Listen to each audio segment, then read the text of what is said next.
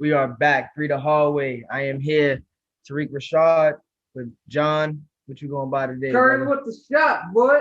Curry with the shot, John. We can tell what today is, playing day. And Rob, Listen, man. From now on, y'all uh-huh. call me Robbie, Bachelor of Arts and Science in Business Administration with a concentration in Management Hunter. That's what you call me from now on. Put all that. Congrats, my friend. We are happy for you. As if you didn't notice, Rob has just completed a degree and he is very excited about it. I am very excited for him. Well, if you haven't noticed, the NBA regular season is officially over. There's a couple teams fighting for them last two spots, but we're gonna bring it to you. We want to talk about the awards. We want to talk about the regular season awards. We we talk on these topics throughout the season. They change here and there, but it's curious. I'm curious to see what you guys have in your regular season awards. So, Rob, let's start with you, man. Who you got? Who you got winning these awards this year? Listen, man, I'm gonna run through them real quick. I'm gonna save my rebuttals for later. But you can go back and check the tapes of who I had for MVP at the very, very, very beginning of the season. Nikola Jokic. I'm gonna just leave that there. Coach of the year, I personally wouldn't have voted for Monty Williams. I would have given the Knicks some credit there, and I think Tibbs did a really amazing job with the Knicks. But that award has always been announced, so I'm gonna leave that there. For defensive player of the year, not really controversial, but when I look at like who are the candidates and who do I believe is the most deserving, I end up going with Rudy Gobert. And rookie of the year, it really just came down to the most outstanding rookie, like the guy who had the biggest impact on his team. Is clearly going to be the best player out of this draft class, at least in my opinion. That's LaMelo Ball. Most improved, listen, man, I don't want to say it. I don't want to say Yo, it. come on, man. Integrity, Rob. You gotta say it. Okay, I will give the most improved player to a former Laker and Julius Randle. Do you have a six man? Six man, I'm gonna go with Ingles, man. I think Ingles is gonna steal that award away from Clarkson. I really think between him and Clarkson. I think that Ingles has impacted the game in more variety of ways than Clarkson has, and I personally think he's more valuable to that Utah Jazz team. But yeah, I got Ingles at six man.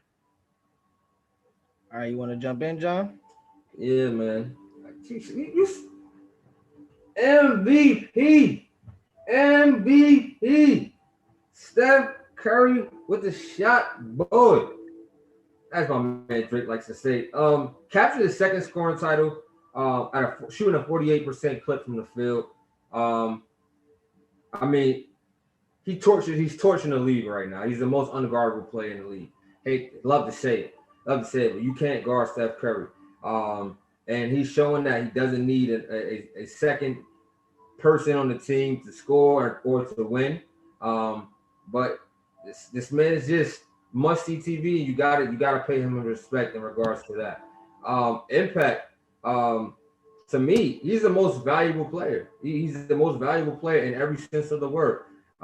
Just for example, right? The Warriors, right? They are 13th, rated 13th in offensive efficiency when Steph Curry's on the court. When he's off the court, he has a five. He has the Warriors have the worst offensive efficiency rating in 5 years, averaging 98.9 points per game. So when we talk about impacting and how that correlates to the Warriors, he's the offense. As KD said, Steph Curry is the offense. So without the offense, you don't win games. It's a scoring league.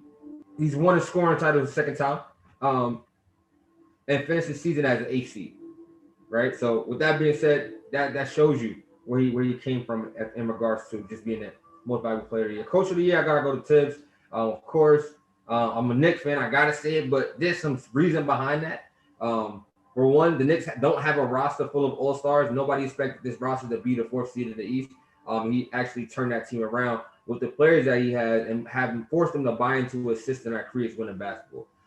And I love Monty Williams. I love what he's doing out there in Phoenix, and he definitely. I'm not mad that he won the award. Definitely celebrate Black coaches winning awards, especially if it's Coach of the Year. But I feel like the additions of having Devin Booker and having a Chris Paul, kind of takes away from the mystique of it all. Especially if they were eighth seed without Chris Paul last year, or one game away from winning the playoffs last year. And then Rookie of the Year, I got Anthony Edwards. I just feel like he has so much potential, and he showed you that throughout the end of the season. And he's the third youngest player to score 40 in the game. And when it comes to playing up to your competition, he does that. When he played LeBron, he played some of his best basketball. When he played against other top teams, he played some of his best basketball. So that shows me right there that this guy is something special to watch. He's the highest scoring rookie out of his class. Shot 41%. He took some his shot selection was shaky, but I feel like there's room for growth in that. And then most improved player, bro. Come on, son. Most improved player, Julius Randle. Like going from a Knicks squad, being the face of that team, and being there last year when the offense was trash, to step your game up where you're shooting over 40% behind the arc, averaging a career high 25 points. You got 10 rebounds, and then also the assist game, bro. Like I gotta give it to him. I don't feel like there's anybody else that's more deserving than Julius Randle winning that award. And the defensive player, I gotta go with Bam. He's a wild card, and I feel like people don't appreciate his versatility and his effectiveness. See, like Rudy Gobert has effectiveness, where he when he's in the lane, there's nothing that's going on, right? But he doesn't have versatility. He can't guard 1 through 5.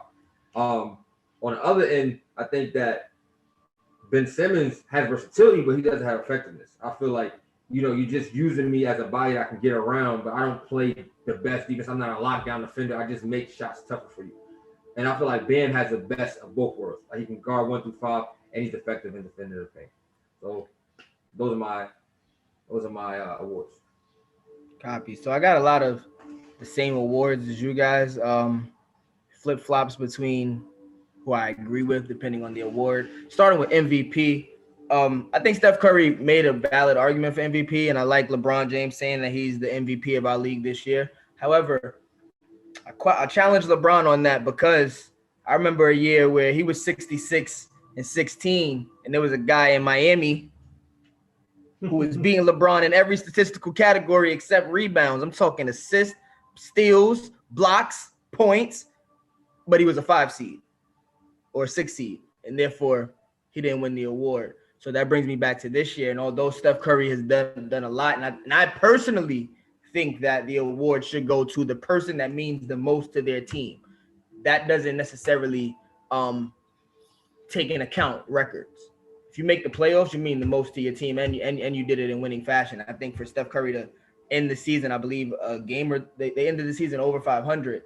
For them to end the season over 500. It was 38 and 33. Yeah, they ended the season over 500, right? They went on a 6, 7, 8 game winning streak to end the season. But I think he did a great job. But at the end of the day, Joker led his team in points, assists, rebounds. They were the 3rd seed. If winning is taken into account, then it has to go to Joker. They said the center position is dead. Joel Embiid, Joker, Bam Adebayo. I think a few people would like to disagree with that. 6th man of the year, I'm definitely going with Jordan Clarkson. He's second in on his team in scoring, second best, the best team in the league, and he's the number 2 guy in scoring, coming off the bench, doing exactly what we wanted from Lou Will, doing exactly what we want from Eric Gordon. These guys that have won that award in the past, guys like Dennis Schroeder when he was with OKC, like you want him to come in the game and impact the game immediately. 18 points a game, almost 18.6, I believe. Strong numbers for someone coming off that's expected to score. And it's not like it's a team with a whole bunch of scorers. There's shooters on the team, but it's not a whole bunch of people that can put the ball on the ground and do things by themselves. So when he comes in, that's expected of him, and he does that. Shout out to Jordan Clarkson, in my opinion. Defensive Player of the Year. Actually have 2 people winning this award, and that's happened before. Right? 2 people have won an award before. They've co-shared an award. I'm going to go to 2 Utah Jazz. and that's of course Rudy Gobert. But I also think Mike Conley has a dog in this fight. He has the highest defensive the defensive efficiency, the best lockdown rating. And when you think about it, we're talking about Dame, Steph, Fox, Luka, Morant, Paul. These are the guys that he's facing on a night in, night out basis. I mean, the point guard position, no offense to Rudy Gobert, but the point guard position is a lot stronger than the center position on a night in, night out basis. So for him to have the best defensive rating of all players, we're not just talking about point guard, but of all players in the Western Conference with those point guards is a lot. I think he deserves some credit for the way that Utah plays team defense. So you have an anchor and you have a guy in the backcourt that can also disrupt the game, and that's extremely important. Excuse me. Coach of the year, I think we're Monte Williams did win the award, but I think I'm with John. I think the turnaround for the Knicks. I did not expect the Knicks to be a 4 seed. I expected them to scrape the bottom of the playoffs, maybe be in a play-in situation this year. But they definitely exceeded expectations. And like John said, they don't have a superstar team. I think I'm still very hard on RJ Barrett. I don't think he's truly turned the corner yet. Julius Randle had a really good year, and the help from Derrick Rose quickly off the bench. Nerlens Noel being top 5 in the league in blocks. Todd Gibson giving Tibbs some really good minutes and utilizing him to the best of his ability. I think that team did better because of Tibbs being there. Then come on, they're top 3 defensive teams in the league. The Knicks haven't been that in God knows how long. It's the 90s, baby. So most improved, Julius Randle staying with the Knicks. It was a little tighter than you make it seem. I think Jaylen Brown made a really strong argument. He did miss the end of the season, but he was getting 24 a game. Really stepped into that 1A, 1B role in Boston. But Julius Randle led his team in everything. They're the 4 seed. In all honesty, he should be getting MVP consideration. I don't think he will, at least not that high. Maybe he'll take the top 10 in MVP consideration. But for what it's worth, the Knicks are one of the best 4 teams in the Eastern Conference. Mm-hmm. And that was not expected. And he's the reason. And like I said, their number 2 guy to me is not that dynamic. So I think he did a lot there in his turnaround. I believe in you, RJ. Just want to let you know I did. I believe in you. And lastly, this one is really, really, really tough because I've been on air talking about how I'm not a huge LaMelo Ball fan. I think he has proven himself to be a worthy NBA player this year. I also watched his team be really good with that hype built around him. And when he got hurt, Gordon Hayward got hurt too. They dealt with multiple injuries, but they really dropped the ball. And then when he came back, they didn't pick it up. That's what I noticed too. When he came back, he was not effective, whereas Ant's season continuously got better. When Cat came back, the Timberwolves were a 4th quarter team. If they can make it to the 4th quarter, they could actually beat you. They can be in games. They weren't getting blown out. It wasn't like he was scoring garbage minute points. They weren't garbage points. He was actually scoring buckets when it mattered, when it counted. He was one of the leading scorers in the 4th quarter towards the second half of the season. However, they didn't win. And I think Melo had a bigger impact of winning to his team. And that's why, even though they missed it, they didn't do good in the play-in game. They're out of the playoffs, but they did make the AFC. Mm-hmm. Whereas roster for roster, anything that Charlotte team can do, when I'm looking at the players and names, anything that Charlotte team can do, that Minnesota team should have been able to do as well. D'Angelo Russell, Malik Beasley, Karl Anthony Towns, they should have been able to do that as well. So I think he had a bigger impact on the winning in the overall scheme. So that's my slightly over Ant-Man. I do think Ant-Man has better potential, but I would give the award this year to LaMelo Ball. I didn't hear my man Ant-Man. My man said, "Why did y'all start winning?" He said, "Because they started playing me in the 4th quarter." Mm-hmm. Gotta love this kid, man. He's also has a great personality too. I can't wait to see what's next for Ant-Man. I can't wait to see what's next. Yes, Timberwolves, you finally did something right. Jokic was top 10 in points, rebound, and assists this year. He's the only player to do that in the league. Who's top 10 in points, rebounds, and assists? Nikola Jokic. Oh yeah. Yeah, I mean, I fear for them because I think Jamal Murray is the playoff player. I think I've been singing Jamal Murray's praises for a few years now. Sure. I think he definitely shines when the lights are brightest, and it's such a shame he won't be there. The emergence of Michael Porter is going to be extremely important. Last year they picked on him in the playoffs. Last year that's how they got him out of his game. They picked on him. Everything was going his way. He wasn't the best defender in the world. It's pretty bad actually. This year there's nowhere to hide. You got to be able to help Joker. I understand that the offense is run through Joker, but he has to be able to give them 15 to 30 points on a nightly basis. Be that true scorer, that extra help, and he's been doing that though. Yeah, since Jamal Murray's went up. Exactly. He's been picking it up. But here's the playoffs. Here's where it matters most. And this is where everybody's watching and the lights shine brightest and every play matters. Like I said, if they start, I mean they're playing Portland in the first round. If Portland gets a whole bunch of switches with Dame on Michael Porter and Dame or CJ is going at him or he can't stop Melo early, it's gonna be a long night for the man. Well, they play in Portland, so it's like there's gonna be a shootout. Right. Defense gonna be played that serious. And I worry. I feel like as bad as Portland's defense is, they have some defensive players. Like Rocco is a defensive player, right? Yeah, that's it. That's it. Maybe Derrick Jones. But that's really. it. But I feel like it's going to be timely stops, and it's going to be who's able to close out, and I feel like Portland's going to win that series. But that's another story. We not on that. So I got something to say, man, real quick. Since John loved his Knicks so much, you realize that if the Knicks played in the West, they would be an 8 seed. I realize that, but if it was a fifth, we all be drunk, and we not. We in the East. Yeah. Which one say that? I'm just gonna leave that there. Just leave it there. Yeah. Because your Lakers is below us. We'll be a 4 seed in the East. You seen Godfather of Harlem? This is me above you. We got a better record than y'all. Godfathers. Let's move on to the Hall of Fame real quick. We got a few minutes to talk about the Hall of Fame. Hall of Fame class just went in. Kobe, Tim Duncan, Kevin Garnett. Can't think of a stronger class. Shamika Catchings, thank you. Can't think of a stronger class when it comes to me being a child growing up into what I do now and talking about sports. And those guys are the forefront of the Western Conference. And then, Kevin Garnett also came over to the East and got a championship. But man, that's a strong class.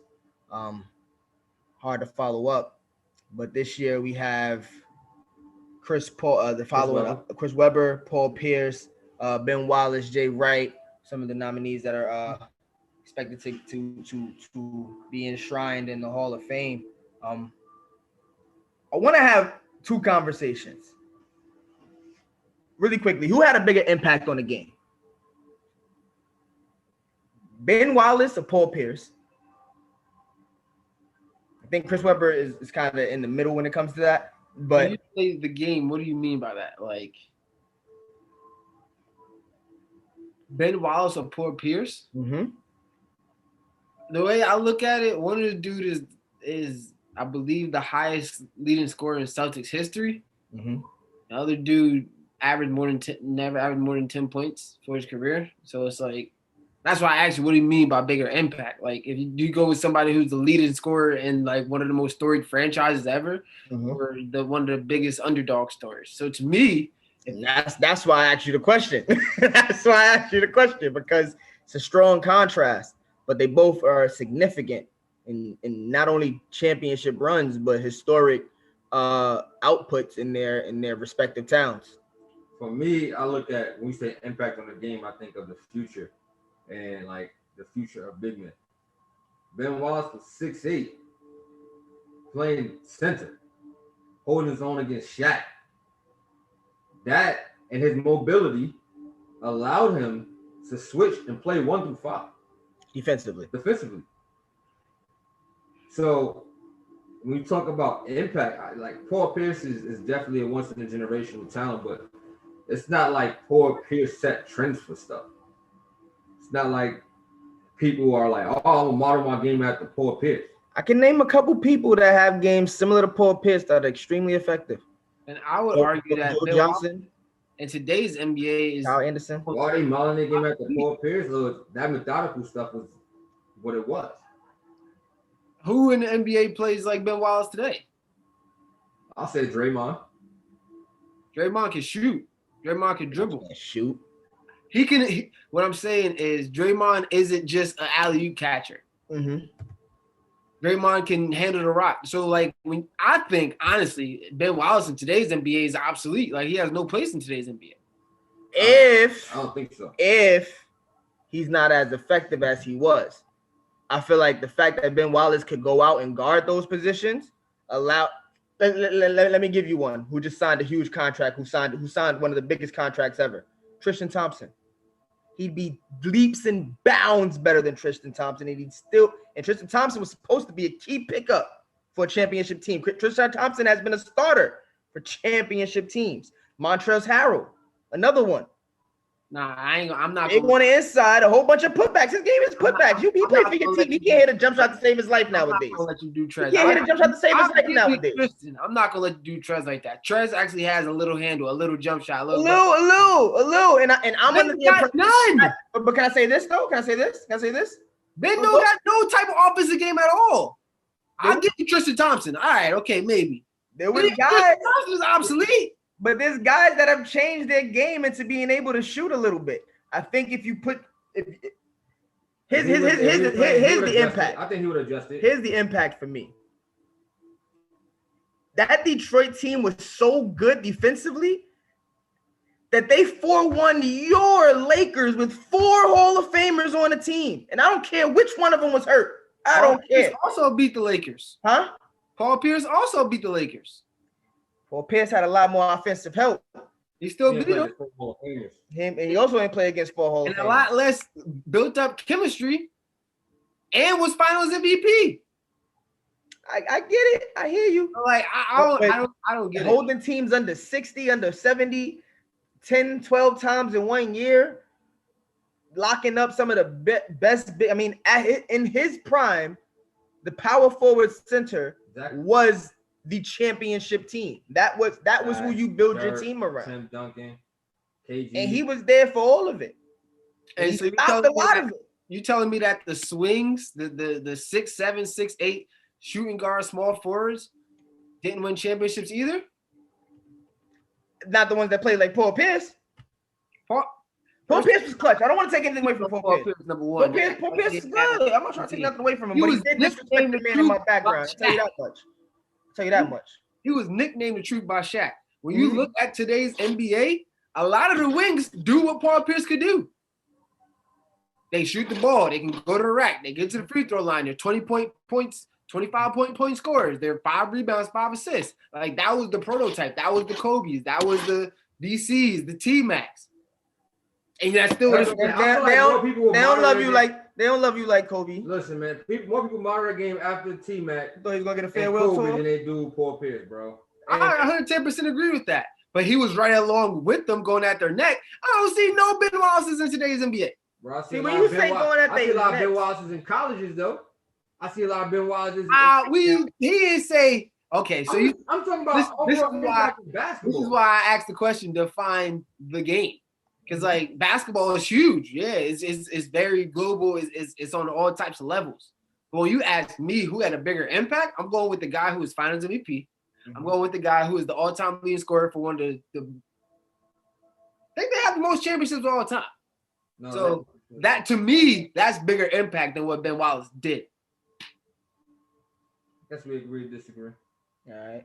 Real quick shout out to Chris Webber. I keep saying Chris. And C-Web, yeah. C-Web, my guy. Finally, brother. Yeah, he played with one of my other favorite players, Jason Williams. Robbed out of a championship appearance by Rob's Lakers. Also say Vlade Divac had a lot to do with that, and he used to play for the Lakers too. So Jay Wright, Villanova, whoop whoop. Let's go, Biggies. Another one inducted, man. Congratulations on that. Deron Money Hillard went to Nova. So we definitely got some connections over there. So J Wright, congrats. Well deserved. Yeah, man. That's going to end it for our basketball segment. We'll be back with some more Through the Hallway. But talking about degrees and degrees of difficulty, looking at the backgrounds of you guys, I got my legend, my favorite player of all time, D-Wade in the background. But John got his Knicks. And Rob got that's not your Knicks. Oh, that's Steph. You know what I'm saying? This what I be saying. New York fans. Switching up. I thought he had his Knicks back there. He don't got to worry right now. His Knicks is chilling to the actual playoff start. But the play-in, we run New York. The play-in is here. Lakers, Warriors. That's happening later tonight. By the time you guys hear or see this, that would have already happened. We would have already known who's going to be the top 8 seeds officially. As of right now, we got a play-in game. Real quick before we get into our topics, John, who you got? So who? Lakers? What are we talking about here? And the Warriors? I got that bad man Steph Curry. I got the Warriors beating Lakers tonight. I got the Warriors beating the Lakers. Rob, fanhood or realistically, or just logistically, I should say. What do you think is going on here? Listen, man, John, we can make this better official on the air right now. You already see who I got in my background. I see Kuz. I see AD. That's nice. But mate. Copy that.